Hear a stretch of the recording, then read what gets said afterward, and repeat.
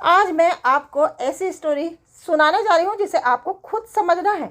आज मैं आपको रुद्रलिज्म का इतिहास बताने जा रही हूँ। रुद्रलिज्म ये क्या है, चलिए ना आगे देखते हैं।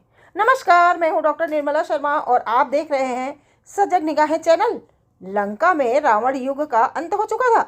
सारे राक्षस मारे जा चुके थे। नगर के अंदर राक्षसियां विलाप कर रही थी और बाहर युद्ध क्षेत्र में सियार हर ओर हुआ हुआ हुआ हुआ की ध्वनि पसरी हुई थी। पर जीवन तो नहीं रुकता ना।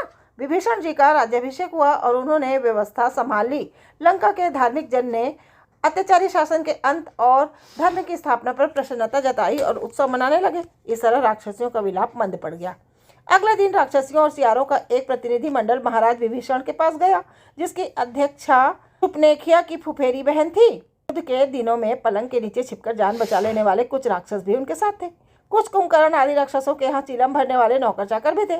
कुछ अकंपन के यहाँ गांजे सुलगाने वाले भी थे। उन्होंने प्रार्थनापूर्वक कहा, हे महाराज, हमने अपने प्रियजनों को खोया है। हम विलाप करना चाहते हैं। हमारा रोम रोम रो रहा है, पर आपके सैनिकों के भय से हम रो नहीं पा रहे हैं। हमें रोने की अनुमति मिले।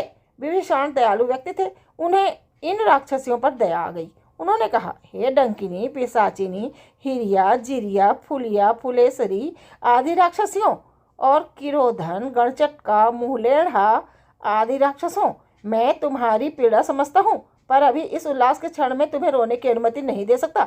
पर मैं तुम्हें वरदान देता हूँ कि तुम्हें विलाप का अवसर फिर मिलेगा।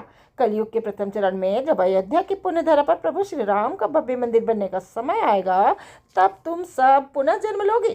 तुम में से कोई पत्रकार होगा, कोई कवित्री होगी, कोई इतिहासकार होगा, कोई यूट्यूबिया होगा, कोई फेसबुकिया होगा।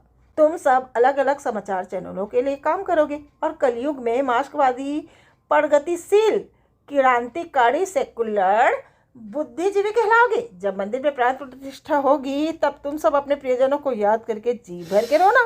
कोई तुम्हें नहीं रोकेगा। तब तुम्हारी हर इच्छा पूरी होगी। एक राक्षसी ने शंका व्यक्त की, हम तो घोर गंवार हैं महाराज, हम और कविता, यह कैसे संभव होगा? महाराज ने कहा, तुम सब तब भी विद्या ही लिखोगे।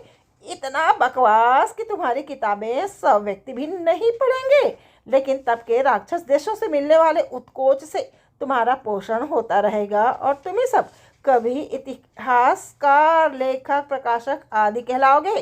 सारे राक्षस राक्षसी प्रसन्न होकर लौटे। युग बीता और यह एक काल्पनिक कथा है जिसका सत्य से डेस डेस डेस। आपको इन क्षणों का आनंद लेना है बस। जय श्री राम, जय हिंद, वंदे मातरम, जय सनातन।